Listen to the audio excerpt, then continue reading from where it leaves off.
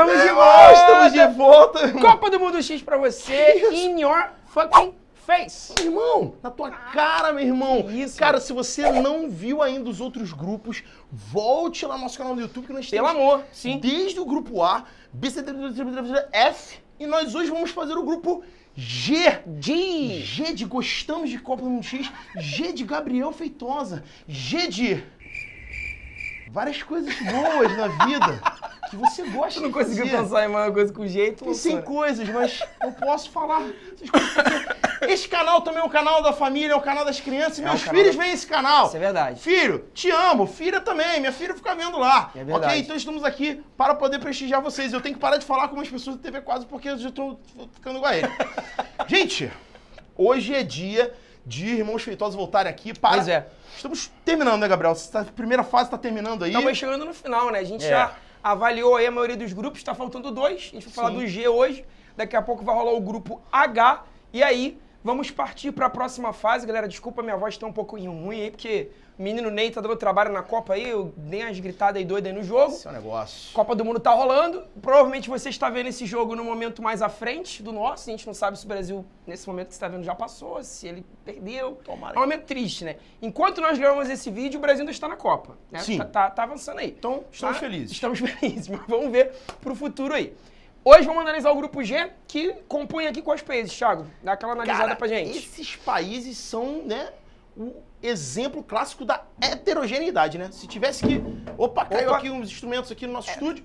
Normal, Se normal. tivesse que falar sobre heterogeneidade, seria esse grupo, porque é Tunísia e Inglaterra. Bélgica e Panamá, Gabriel Deu aquela Feitosa. mistureba, Ou seja, né? Famosa gororoba geopolítica. Né? Exatamente, né? E pra gente analisar aqui ciências humanas, é um prato cheio, né? Mas temos aqui uma série, né, de divergências e desigualdades aqui pra observar, né? É bem legal, ficou bem misturadão, né?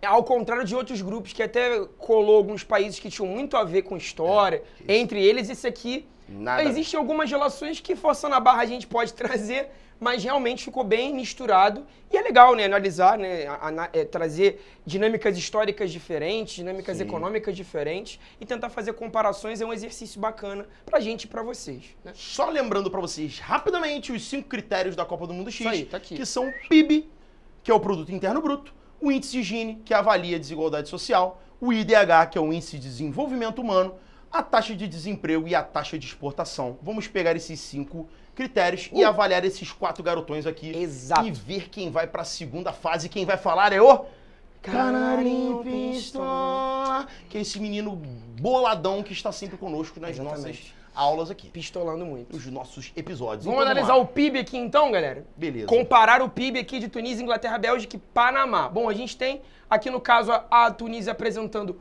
42 bilhões de dólares do seu PIB, né? Dado recente aí de 2016 para cá. A Inglaterra com um PIB destruidor de 2 trilhões. Senhora. Né? A estratégia aí de jogo já veio lançando aquele tiro, né, direto pro gol. 467 bilhões no caso da Bélgica e 55 bilhões no caso do Panamá, o que acaba levando a Inglaterra aqui no topo desse primeiro quesito, né, Thiago? Não teve pra ninguém. Lembrando que na Copa do Mundo X faz, né, na verdade, né, fica numa melhor posição quem pontua menos. Exatamente. Então, o país, ele pontua de acordo com a sua posição. Então, Isso se aí. você é o primeiro, você faz 1 ponto. Se você é quarto, você faz 4 pontos. E aqui, no caso, a Inglaterra foi a primeira com 1 ponto. A Bélgica foi em segunda com 2 pontos.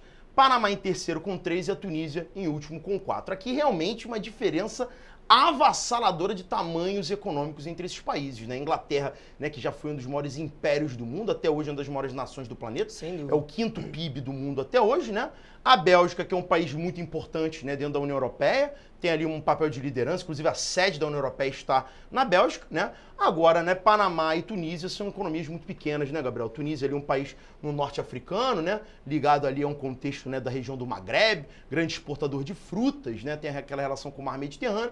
E o Panamá tem a sua vocação ali comercial, né, no fluxo ali do canal do Panamá entre Atlântico e Pacífico, Grande né? parte do PIB panamenho advém exatamente dessa questão do canal Sim. histórico, né? Quando a gente pensa no Panamá, o aluno vem ali, né, lembrando do seu canal, desenvolvido pelos Estados Unidos no iniciozinho do século XX, né, a partir de 1904. E realmente o Panamá passa ali todo aquele final do século XIX e até meados da década de 70 e 80, né, como uma espécie de protetorado norte-americano, tendo esse canal controlado pelo governo, inicialmente lá pelo Teddy Roosevelt, e passando ao longo dos anos 30, 40, 50 e 60, sob domínio norte-americano. Então, realmente é um país que conquistou a sua autonomia econômica há pouquíssimo tempo, né? E o Canal do Panamá, sem dúvida, dá uma estratégia econômica, né? Uma zona geoestratégica muito importante de passagem do mar, né? Do Oceano Atlântico para o Pacífico. Então, sem dúvida nenhuma, é um país que tem uma importância geográfica, mas que não pôde se aproveitar disso por muito tempo. O Panamá, na verdade, fez um acordo de 100 anos, né, com os Estados Unidos, dentro do aproveitamento do canal. Pois é. Só acabou essa exploração no final dos anos 90, né? Então, é ali que o Panamá tem a sua autonomia, mas ainda com bases americanas presentes por lá. E hoje, Gabriel, quem trabalha o alargamento do Canal do Panamá com obras de expansão é a China, né? Então, você já percebe uma geopolítica chinesa influenciando o Canal do Panamá nesse alargamento para os seus navios, né? Já que a China é o principal promotor do comércio internacional. Então você tem ali o Panamá ainda muito, né, influenciado, né, por essa lógica internacional. Sem dúvida alguma, né? Pois é. Bom, então, vamos para o Gini agora? Vamos para o índice Gini, né? Que é um indicador de desigualdade social e concentração de renda, né? Que a gente pega a Tunísia aqui, lembrando, tá, pessoal? Você já viu outros episódios aí da Copa do Mundo X, mas só para reforçar, o índice de Gini, quanto maior ele for, pior é o cenário. E ele é medido entre 0 e 100. Então, quanto mais próximo de 100, pior é o Gini. Então, a Tunísia tem um Gini de 35,8. A Inglaterra tem um Gini de 33,2, ou seja, fica abaixo da Tunísia. A Bélgica, gente, tem um Gini muito baixo, né? 27,7. O que é bom.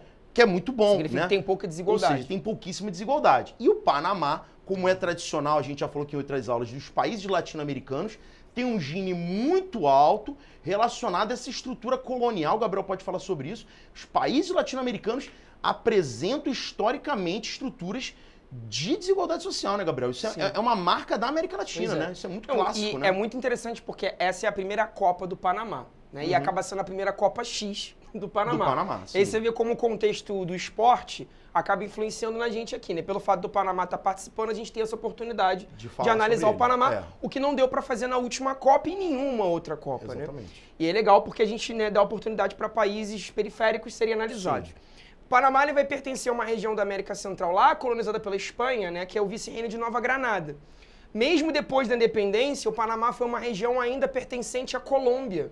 Ficou durante muito tempo como uma espécie ali de sub-região colombiana. Então o Panamá passa por duas guerras de independência.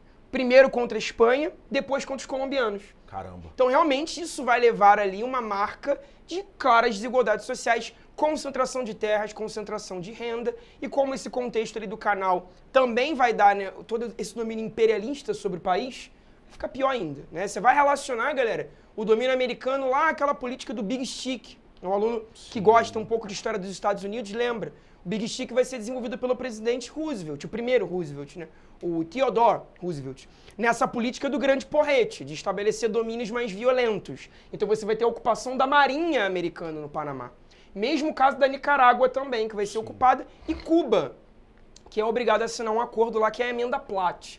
Então você tem toda essa região caribenha sendo dominada pelos Estados Unidos, naquele contexto do início do século XX, o que deixa um gosto amargo no país.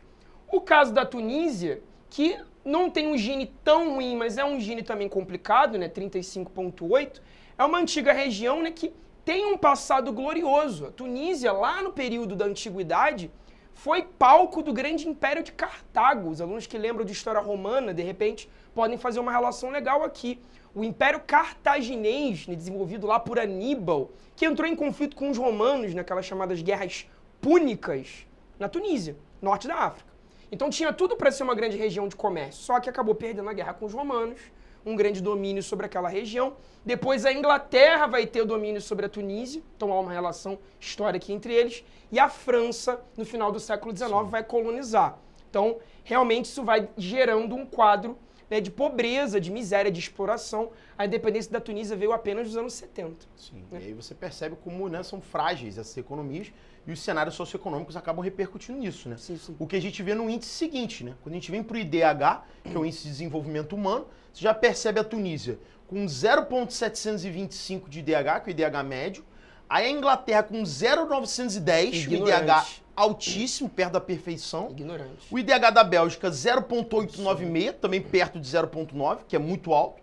E o Panamá com 0,780, ou seja, novamente a gente vê claramente, né? As potências imperialistas europeias muito bem consolidadas economicamente e socialmente, e os países, né, colonizados, tanto no caso africano quanto no caso latino-americano, com cenários, né, econômicos e humanos, né, bastante adversos, né? Sim, sem dúvida.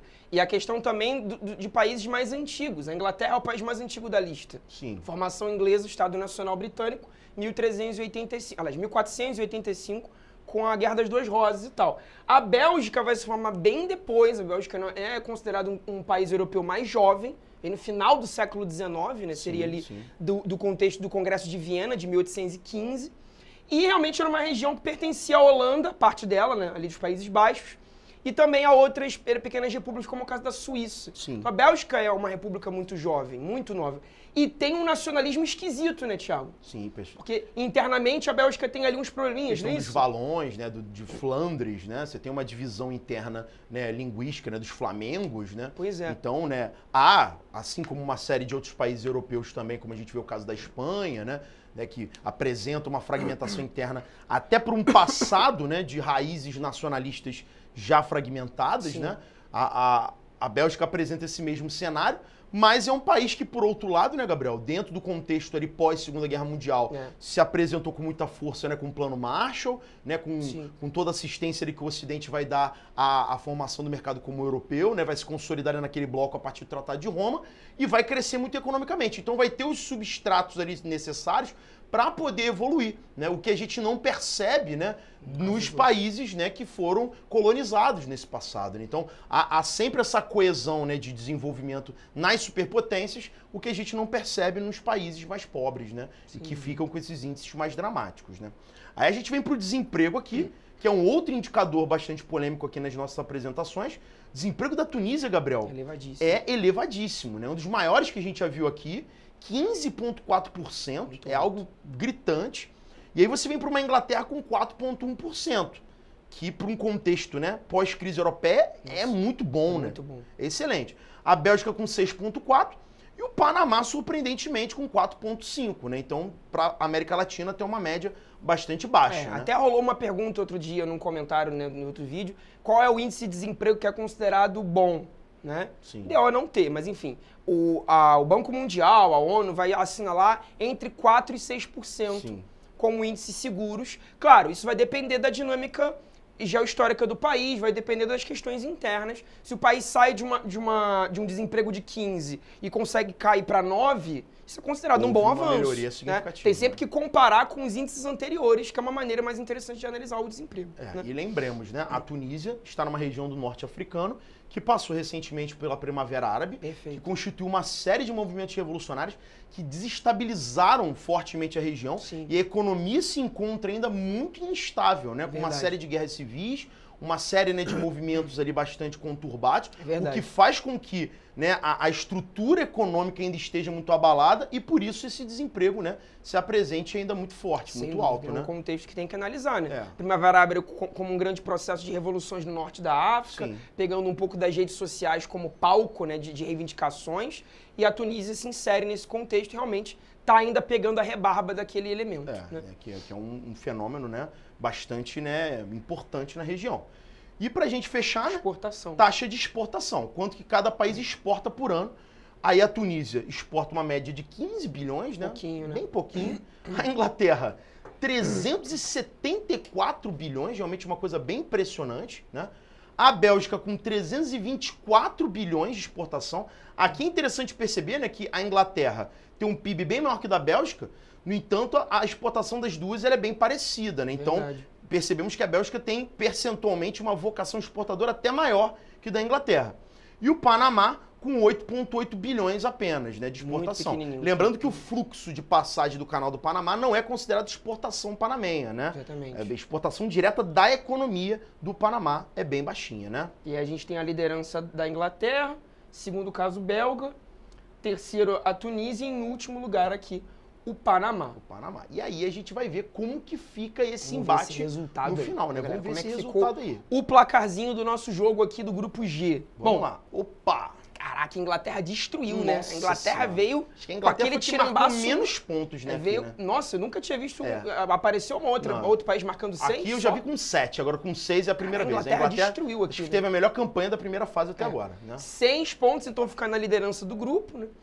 A Bélgica em segundo com 9. Tunísia.